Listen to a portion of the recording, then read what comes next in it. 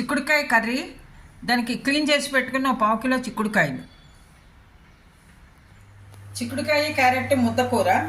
దీనికి 1/2 కిలో చిక్కుడుకాయలు బాగా క్లీన్ చేసుకున్నాను. ఈ విధంగా క్లీన్ చేసుకుని ఉడికించుకోవాలి.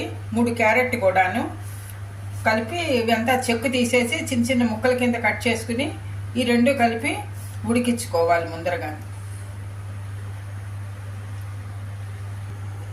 3 టమాటాలు చిన్నగా ముక్కలు కట్ చేసుకోవాలి క్లీన్ చేసుకుని.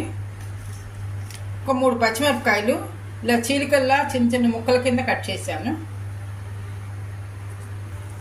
కూరకు ముందరగా పోపు వేసుకోవాలి. పోపుకి 2 స్పూన్ల ఆయిల్, పోపు దినుసులు, కొద్దిగా శనగపప్పు, కొద్దిగా మినపప్పు, కొద్దిగా జీలకర్ర,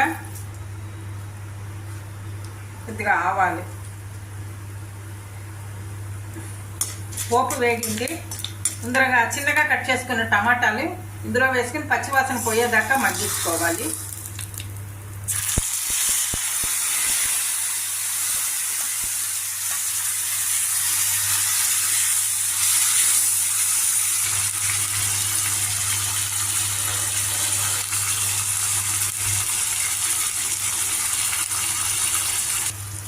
టమాటా ముక్కలు పచ్చివాసన పోయింది, బాగా మగ్గాయి కూడాను.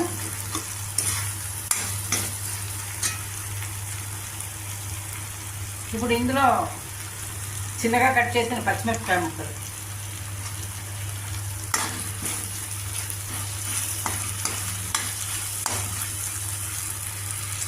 ఇందులోనే ముందరగా ఉడికించుకున్న చిక్కుడుకాయ క్యారెట్ ముక్కలు,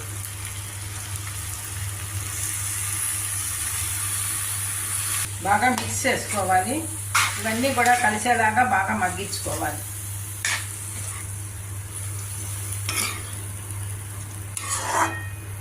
తగినంత ఉప్పు, కొద్దిగా పసుపు, అన్నీ బాగా మిక్స్ అయ్యాయి కూరలోను. కూర బాగా మగ్గింది.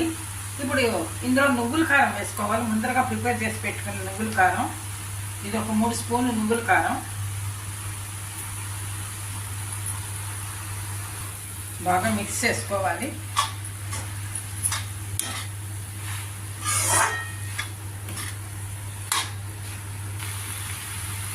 కారం 1 స్పూను,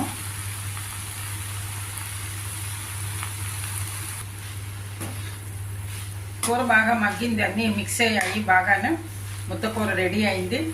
ఇందులో ఫైనల్గా చిన్నగా కట్ చేసిన కొత్తిమీర వేసేసుకుని మనం దింపేసుకుంటే సర్వింగ్ బౌల్లోకి తీసేసుకోవచ్చు.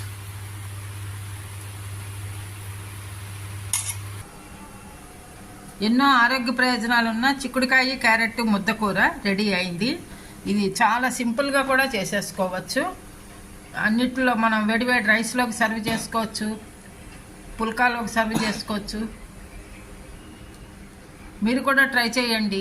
ఈ వీడియో కనుక నచ్చితే లైక్ చేయండి, షేర్ చేయండి, సబ్స్క్రైబ్ చేయండి. Thank you for watching.